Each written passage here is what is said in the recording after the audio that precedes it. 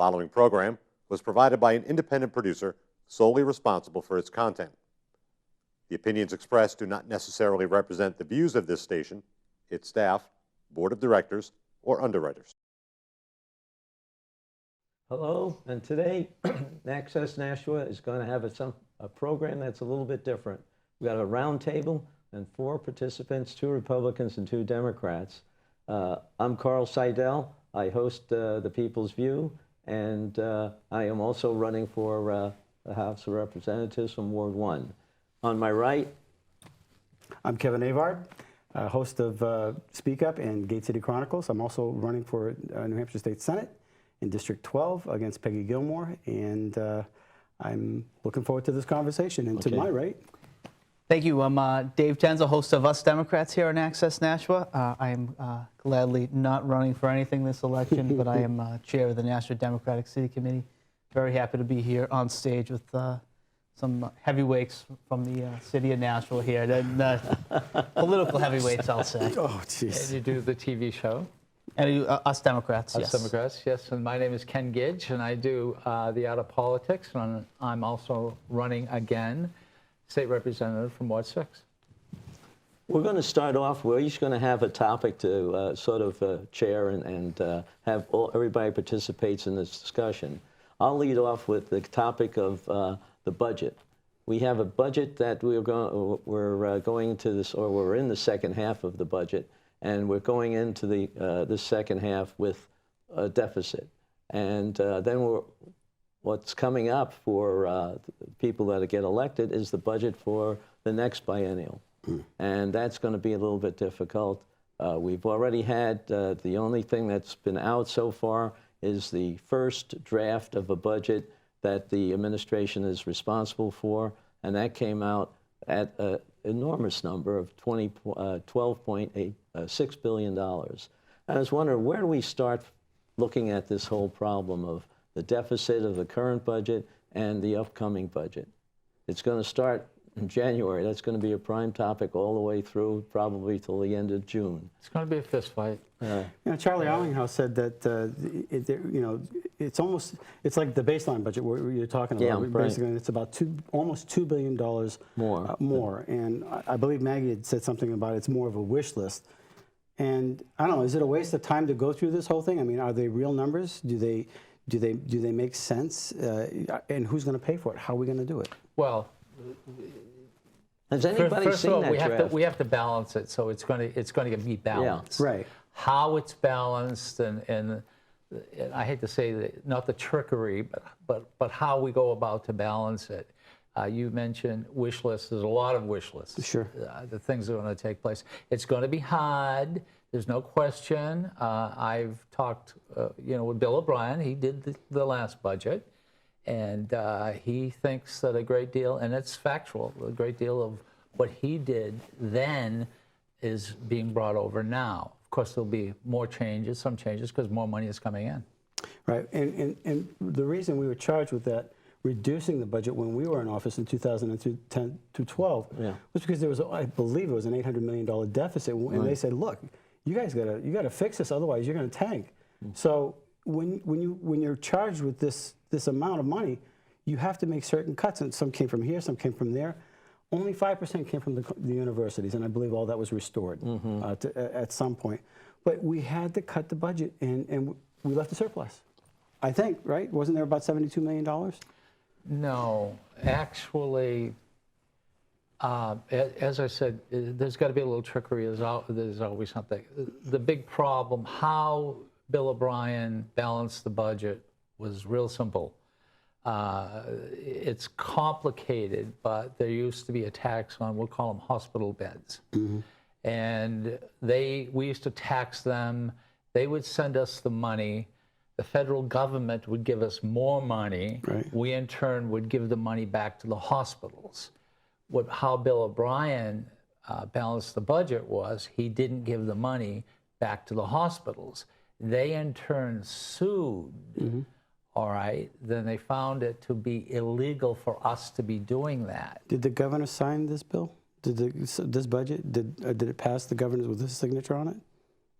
Well, we're talking about the budget. You're talking about the 2011 budget, and I think we're talking about the 2013 budget, which we're under. I'm dating myself. Okay, I'm back. Okay. There. Sorry about that. Okay. Yeah. Did the my governor? apologies. Yes. Yeah. The governor did, but we might have to, because of O'Brien, pay back as much as $180 million. So when the Republican politicians say that they balance the budget, let's get really honest. Now, having said that, we're the Democrats, and now we got to do it. So, The we'll Democrats, do it. well, and if I may, Yeah, go ahead. just jump in, I mean, the state budget and the coffers over the last 2 years haven't done awful. I mean, like one of the Governor Hassan's achievements that she's running on now is a bipartisan budget that was passed. I know you may disagree with that. Well, they did return a $20 million surplus back to the state. I know it wasn't the $26 million that 72 million. I'm sorry, not the $26 million that they had projected, but she did do a good job of coming back and managing the state budget so that it was within within the framework of the But isn't revenues. doesn't that go of the towards state. the trickery though? I mean, we left 72 million, she spends 50, and she says there's a surplus. Is that how that works? I mean, No. Really, honestly, there's a lot of fingers in the pot here, but good. all I was going to say is I just want to make that she called it a bipartisan. The only reason she signed is because she couldn't had no other alternative. If she didn't sign it, it would have gone back to the previous year's budget as a default. Well, And then that wouldn't have worked out at all. You know, I am getting a little tired of politics sometimes. And we're running for But politics. how are we going to solve the problem? That's the big thing. How are we going to go? I mean, is the $12.6 billion number something that's just out there so we can say, oh, we cut $1 billion off and it's only 11.6 that we're going to come out with? Which is or an is it increase. something serious that we really, really have to worry about? Because I don't know how you're going to get to income of even $11.6 billion. It's always worried about, it's how we put it together, because New Hampshire's a state that we have to balance That's the right. budget. How we go about it, again, is, I hate to use the word trickery, playing the game, but it will get done. But both Republicans and Democrats have got to get on board if they like it or not. That's and I true. mean Republicans and Democrats. Yeah, no, I agree. It's the only way you're going to solve it. But I don't even know what is in this initial draft. Do you have any idea what's in there? What caused it? I mean, is it just salary increases, or is it new programs? It's sort of like, at this point, filing a bill. It's sort of like, you put in a sentence, but by the time the bill comes up, it's all done. I mean, you have to have something out I know there. the budget system is complicated, and it's a stack of paper You like can't- that. I know. But the $2 billion is a lot of money.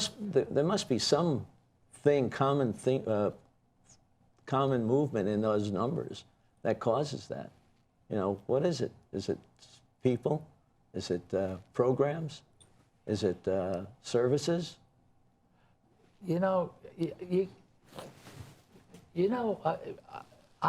I try to say to people, look, we just went through and are going through one of the worst recessions the state has ever had. And the opposition takes advantage of it by saying, hey, guess what? You did bad, so we got to do this. And we come back as the other opposition and say, yeah, but things are getting better. When you brought up a good point, things have to get better. Now, how that's going to happen, and by the way, I think we have done pretty good this summer, and tourism has been up, et cetera, Leaf but not peeping that helped, much. huh? Leaf peeping does help bringing people into the state. That's what the papers say anyway. Well, the reason I bring it up, and we can't really grab onto anything. All we know is this big number. And how can people even tell the voters what they would do to balance the budget?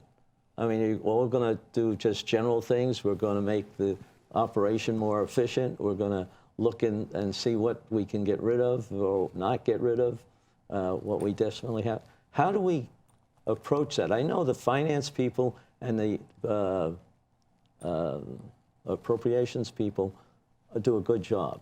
They work hard at it. Oh, you really, honestly. I don't think, yeah. I wouldn't want that. I wouldn't want that. They work, you know, they work more than a full week every time they're up there. Yeah. But I thought we'd like to know where do we look? Where do we look for? I think that's such a great question. How are we going to do it? And I think if that probably may be the great question. How is it going to happen? And the only thing that I can say, it's going to happen. How? What are we going to cut? I think the governor has asked for $30 million cut across the board. That's sort of a beginning. We've got these lawsuits we've got to take care of. And by the way, the only way we're ever going to get that money back is if we tax more people in the healthcare business equally. So when the Republicans did their budget, they never thought it was going to end up costing. They were going to tax more people, and that's what happened. Well, one of the things that I saw when I was up there is that many of the programs are not really evaluated as to whether they meet their original objectives, whether they stay within budget or whatever. It's only, oh yeah, that's good, we accomplished something, we need 10% more money type of thing. And I know, for example, when the university came for their capital improvements, the community colleges did a darn good job, and we wound up giving them everything. This is part of the Public Works Committee that I was served on. We gave them everything they needed, and they accomplished something over that time period. I think they're still accomplishing very good things. Didn't they do a good job? Yes, they're very good. The university came in, and it was almost like they expected another $30 million like they got the year before. You know what the problem was with the university? No. They didn't play politics. And they probably should have had somebody, and it's true. They might have with the Senate, I don't know, but with it. And in some case, they were arrogant, Yeah, they were. okay? I agree with you. And they should have had somebody understanding us. But 'cause it's we're all just like politicians. going to the board of directors in a company. If you don't, you know, you got a major revitalization of your company, you're going to have to really sell them, and you got to do it. But when you come in and you say, well, the company has no future unless we do this, need $30 million, that doesn't sell. Not at all. What? Let me just throw something out. One other thing. The Republican candidate says he can cut 2.5% off the budget costs. Which candidate? Havenstein. He says that, and do you think that is all possible? Well, not by himself, first of all. Well, I mean, I no, think you're not going to do anything by yourself, but he's going to if he gets elected, he claims he's going around to the administration and says, you cut your 2.5% from what you have now. Well, he ran one of the largest companies in the state. I think if anybody's qualified to do that, he has that ability. Kevin, you're a businessman. A small businessman. When you went up there, you thought as a businessman you're going to do real good. All of a sudden you got educated in politics. Okay? He is making statements as a businessman who knows nothing in a sense about politics. In fact, if you listen to several of his interviews where people really got down at him, he knew nothing about politics. But he knows about leadership. He knows about leadership, and he knows how to rally the troops, and he knows how to work with people on various different parts of business. Well, I hate to cut you off, but we've run out of time for this segment, and I think we're just going to have to see what happens. Yep. Absolutely. Okay? Okay. So thank you Sorry for all. over-talking you. Sorry. And the next segment will be coming up shortly. Well, welcome to Speak Up. I'm Kevin Avard, your host, and today we have some very esteemed guests on our show. To my left, of course, is Carl Seidel, running for state representative here in Ward 1 Nashua. And to my right, you want to introduce yourself? Absolutely, yeah, sure. Dave Tenza from Nashua Democratic City Committee, also host of Us Democrats here on Access Nashua. And nobody, and it goes without saying, of course, to your right is the esteemed Art of Politics. He's been here forever. From the beginning. And the troublemaker. Ken Gage, and welcome to the show. I appreciate you all for being on the show. Thank you. And I guess the topic is going to be about the economy. And, you know, obviously, you Democrats and Republicans, and at some point, we have to come to agreement, and we're going to have to work together should we all get elected, re-elected. And the economy, obviously, is one of the, you know, when you knock on the doors, you know, that's what people are concerned about. They're concerned about how am I going to pay the bills? You know, are there new taxes coming? You know, my medical bills, the cost of bread, the cost of gas. It just goes on and on and on. So it's on people's minds. And I don't know. Well, we're trying to come out of one of the worst recessions that we've had in a long time, and it's very, very slow. But do you And think we we've come out remain- of it? No. I think that we still, our economic growth is not there. It's pathetic. We're last in the New England states. So how do we get that up? That's not fair. Well, that's what I see in the not fair. newspaper Yeah, that's anyway. not- I don't know. I how just to- came from Massachusetts, and I'm looking at all kinds of development. I just drove, it was going down 95, store after building after building. Everywhere I look, there's development. As soon as I cross the border, No development. I see bridges, maybe, you know, a little bit of road work, but I'm not seeing a lot of businesses coming up here. What are your thoughts? You know, first of all, I think it's funny that you're suggesting we should be more like Massachusetts up here in New Hampshire. I don't think that's Their business tax is about 0.5% lower than ours. Yeah, well, and obviously their overall business, their tax structure is different than ours here in New Hampshire. I'm happy I'm in New Hampshire. I am too. Me as well. You know, I think middle-class families are concerned about, you know, the recession. And I think middle-class families have not felt the same boom that Wall Street has after after everything's come back. And so I think the question is how we help working people out.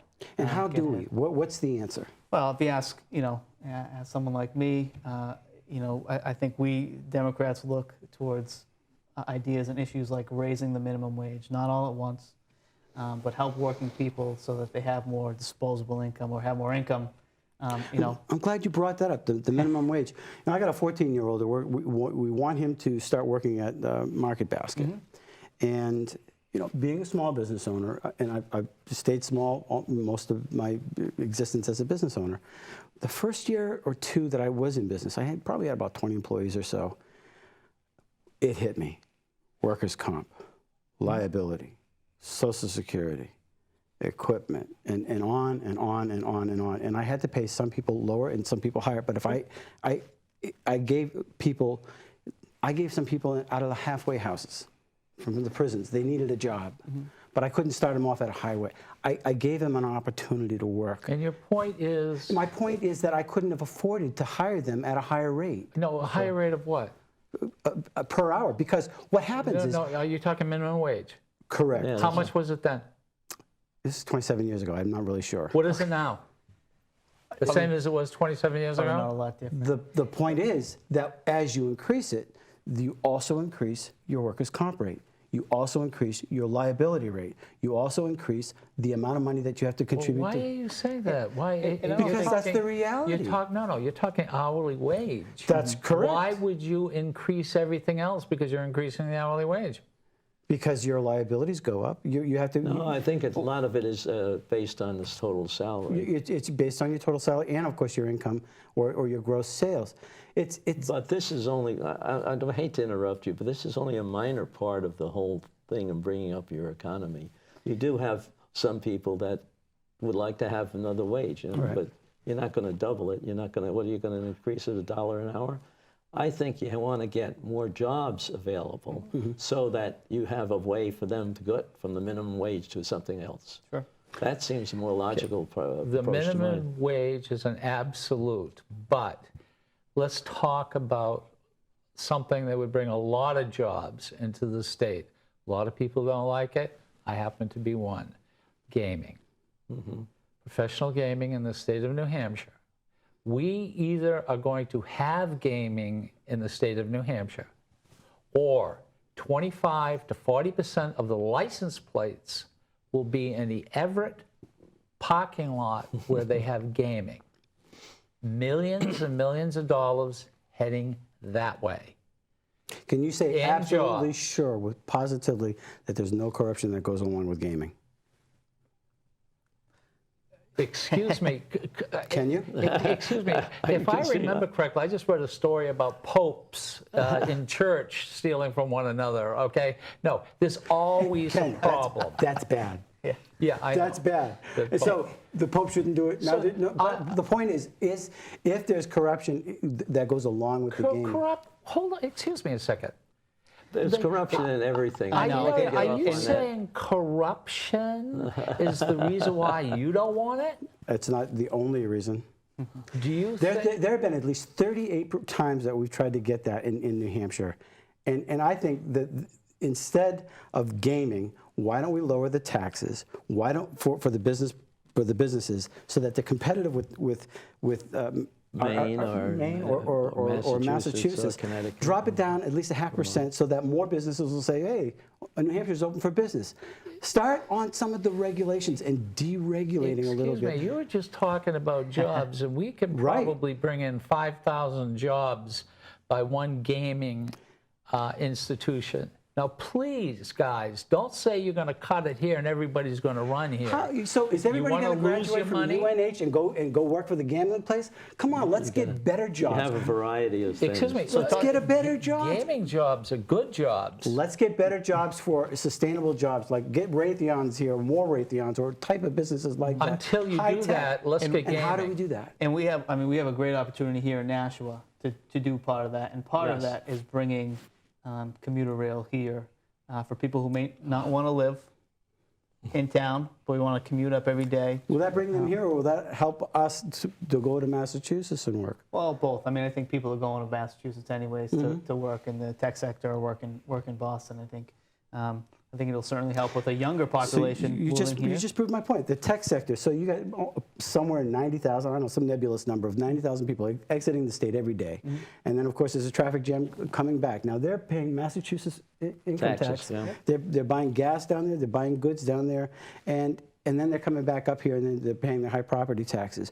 Why not try to attract some of those businesses to New Hampshire? How? I mean, I think, yeah, How? Okay, you want to make it easy for them to start a business and to expand. Right. You don't want to have to go through all the rules and regulations. I served on I chaired a subcommittee of rules and regulations, trying to get people up here, talking to all these small businesses who run a rampant of having to go here, there, and everywhere to be able to start their business and to get their operation moving. We tried to set up, and I think it was still running over the last 2 years, we're trying to organize the one-stop shop for anybody who wants to start a business. All they had to do is go here. They do it in Canada already. They do it in other states. I don't know where it stands right now, but it hasn't been implemented. That's the first thing that I would do. Well, and that would get, whether it's yeah, gaming well, you know, or it's interesting. technology It's or what. interesting. It's never one thing at a time. It's like a dozen things going on at the same time. somebody But has let's to get back coordinate just it. for a second. Getting rail back up here in New Hampshire How do we pay for it, to Ken? go. Wait a second. To go from Nashua to Manchester. By the way, there's a pretty good airport up in Manchester, which would certainly bring business, and keep the railroad going north. How are we going to pay for it? Yeah. Well, let me see. Do we pay for roads now? How do we do that? Are we taxed for that? How do we do that? Excuse me. How do you pay for the roads? pay for? Well, wait a minute. Let's no. How do you pay for it, Ken? Let's stay with railroads. That's what I'm talking about. If you filled up every car, would that be worth it, and could it pay for itself? That's a question. The answer is absolutely not. At best, you'll probably pay for it with the tickets about 50 to 80%. So the state's going to have to subsidize. But you're not sure about that. And I think that both of you are right to a certain extent. But my main question really applies, and I think you get more support if you do it stepwise. I agree with that. I'm not against the rails. Move it up to the Pheasant Lane Mall, see how many riders you get there, Right. then move it to downtown Nashua, the airport. Do it in segments that you can get the money for. Exactly. But if you go all the way to Concord, you're talking about multi-million dollars. No, excuse me. I agree with you, but the segment, in my opinion, it has to go through Nashua and it's got to go to Manchester because there is an airport. Right, and that's I don't have a problem with that. That's But step two, the question though. is, how are we going to pay for it? With but- what means? but- Is it going to be a tax? If it's going to be a tax, what tax? No, Kevin, it's a good point. It's a Right. good question. How much money do we make on people coming up here to the state of New Hampshire? That's how you pay for your roads, don't they? If they come to the state of New Hampshire, let's use roads. Would you say a they gas stop at the tax? gas stations? That's the rail. You can't use a gas tax to pay for rail. That's against I didn't. the law. No, I'm sorry. I should have kept with rail. The people you bring up here, are they going to spend money up here? We have only a couple minutes to finish up. Yeah. The point is there isn't a way to specifically pay for it to go in doing it in one shot. I agree. I even think the mayor thought, or I think she said at one point, we should do it in steps. I don't have a problem with that. And I think what's wrong with bringing it up to the Pheasant Lane Mall, and then seeing how it works. And Besides, then, most of the money would be paid from Massachusetts. They have to do it in Massachusetts. let's have a success story there, and then move on. And another way, we can probably lower our business profits tax. And we've got Absolutely. okay. So we're in agreement. Business profits tax, it has to be. Absolutely. We've got to compete with our southern neighbors, and I think that's something that we have to do. And I appreciate you coming on my show. And I have about 43 seconds. And maybe we'll find a way to get the gambling in too. You want to have a bet on that? Gambling on trains. There you go. I'll buy the car. That's a neat idea, right? Maybe that's the compete right there. We're business people. We'll do this. Well, that's it for now. And thank you for watching Speak Up, and I appreciate you tuning in. Until next week. Hello, everybody. Welcome back. We are now on Us Democrats here on Access Nashua. I'm Dave Tenza, chair of the Nashua Democratic City Committee. With me, we have Carl Seidel, candidate from Ward 1, Republican candidate from Ward 1, we should say, and my usual co-host here, That's Ken right. Gidge, candidate in Ward 6, Democratic candidate. That's right. And Carl, we have to tell you that we end every show on Us Democrats by inviting Republicans to come on the show. Okay. And so far, you are the first one, so we appreciate you have Thank that you. distinction of being the first Republican on our show, I believe. I don't think we've had any others. No. I've been on Ken's show, though. Oh, yeah, that's right. That's right. Been on He has Ken's been. show. That's right. I just happened to be here when his regular guest didn't show Oh, up. well, lucky you. Well, we appreciate you being here. And this segment of the show, of the roundtable that we're doing this week, we're going to be talking about education, which we've kind of identified as one of being one of the big things that people are talking about in this election. You know, it's the topic of education comes up in a lot of different ways. We talk about funding higher education in the University of New Hampshire.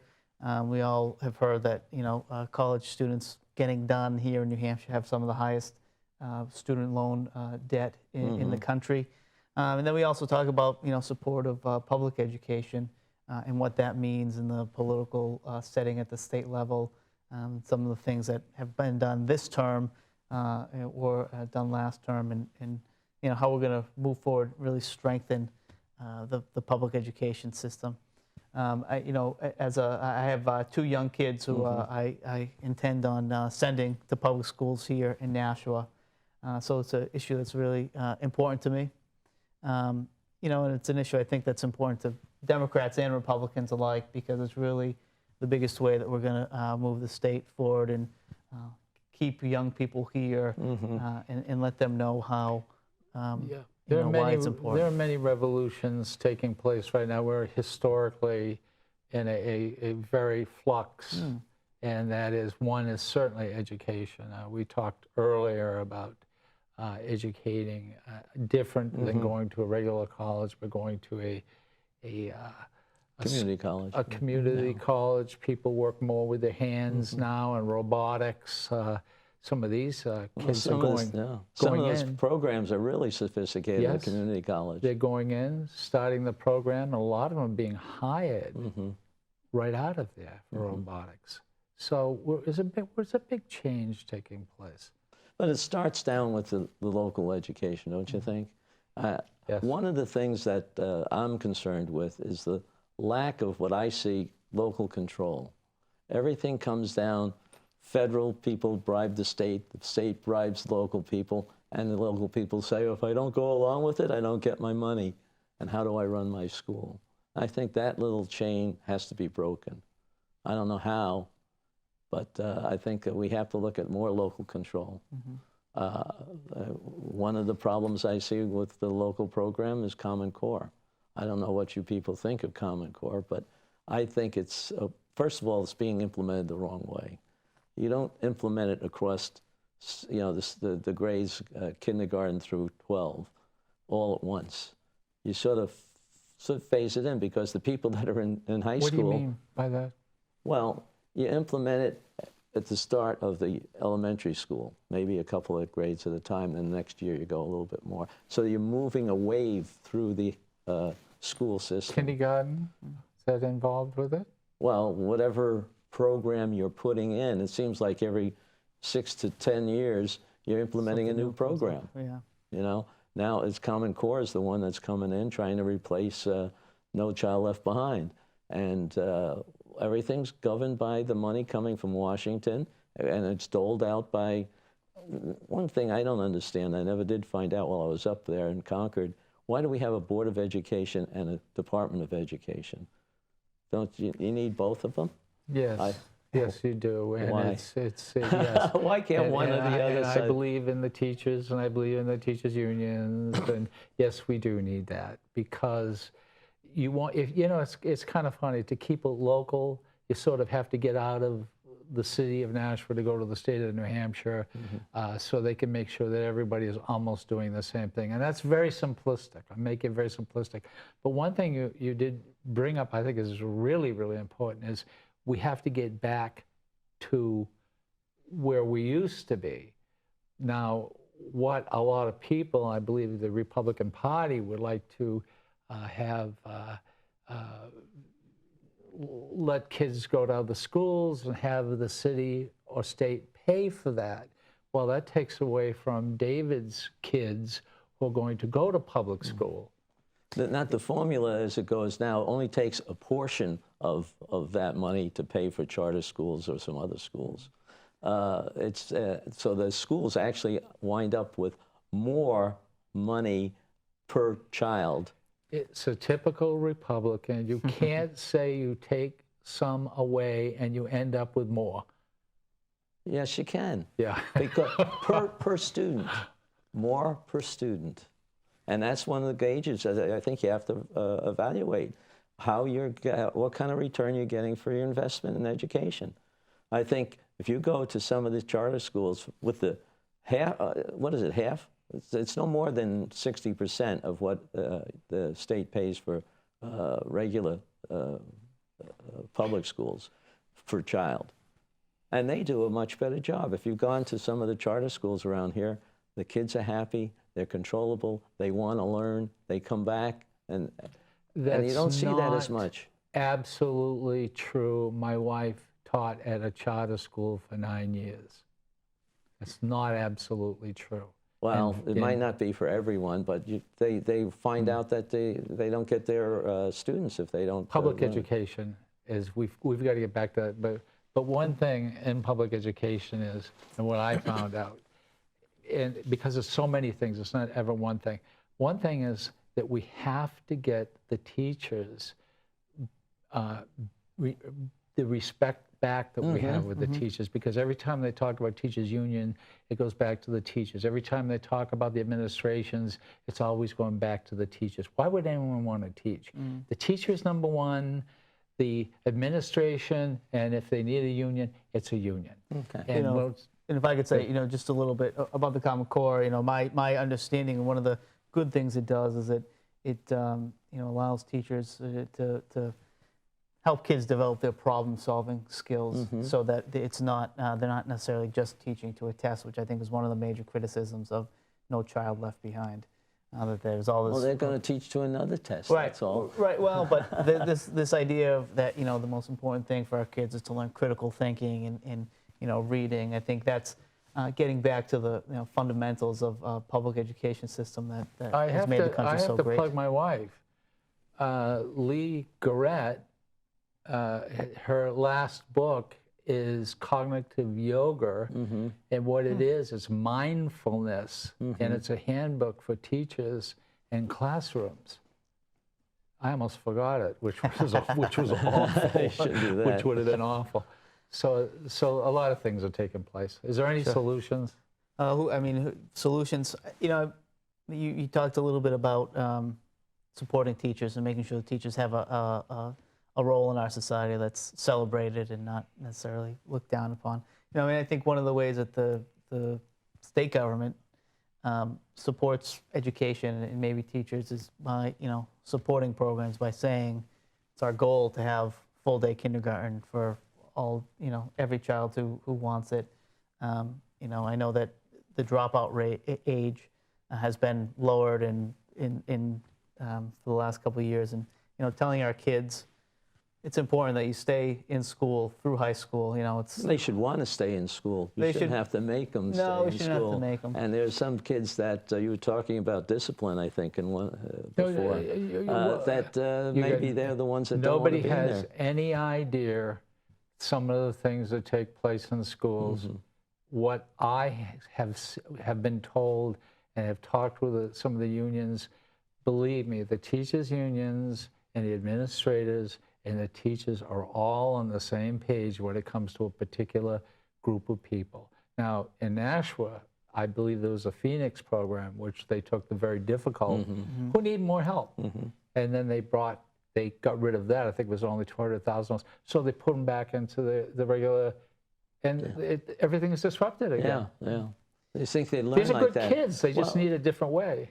And that, I think, is one of the major problems, that they're not allowed to sort of separate the kids with the particular problems. Why? That's right. Why not? I think that's the way you go about solving a problem in your own life. If you have a complex problem, you break it up, and you treat this one this way and that one that way. Any of the major cities like Nashua, Manchester, they have lots of people with different language skills, different economic status. All of them have to be considered to make a better learning environment for these kids. I agree that they have to look at it differently. Let the teachers teach. They learn more when the teacher understands what they're working with. It's kind of funny.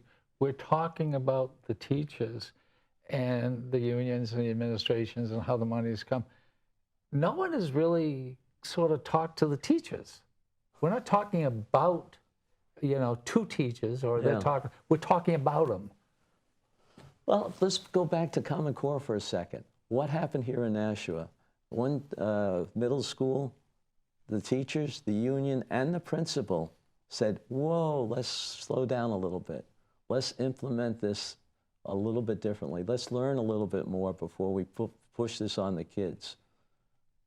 But didn't get anywhere. We're going with full steam ahead with the Common Core. I was concerned in the beginning. A year ago, they had a seminar on Common Core up at St. Anselm's. And there were two people that were on the original committee that never signed off on it because they think it's going to skew. They didn't vet it properly. They didn't go to the colleges to see whether the end product was going to be acceptable to the colleges. That's how you get something that you know is going to work. You were talking about them being ready for after high school, either community colleges or the four-year college. 2 years ago, they reported out of Nashua Community College that how many of 1,000 of our high school kids were in remedial classes? Graduated from here. Do you know that my uncle for 50, 60 years owned Nashua Industrial Machine? Yeah. And he said he had jobs, and this was like 6 years ago, that he was paying $20 an hour, but he couldn't get people to come in and get their hands dirty. Isn't that amazing? Yeah. Well, if they have nothing else to do, then they don't have to worry about minimum wage. They could. Yeah, well, right. You have to be working. But you also have to be skilled. You Right. know, Yeah, and I mean, I No. think that's part of the community That's college. right.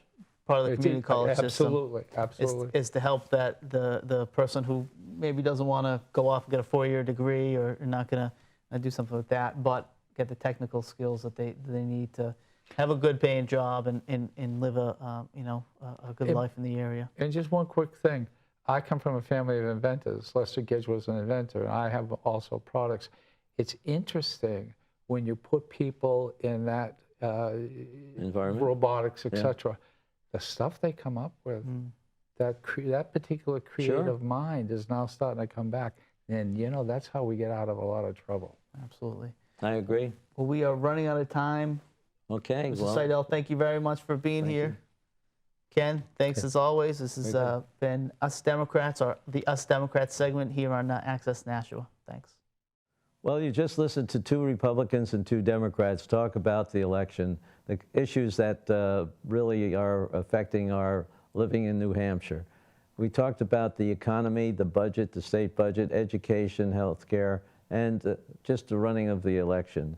I hope that was informative to you. We will be trying to do that again after the election, but don't forget, go to the polls on November 4th. Get your neighbor to go to the polls. We have to live with what you vote in, so make sure you vote the right way. The preceding program was provided by an independent producer solely responsible for its content. The opinions expressed do not necessarily represent the views of this station, its staff, board of directors, or underwriters.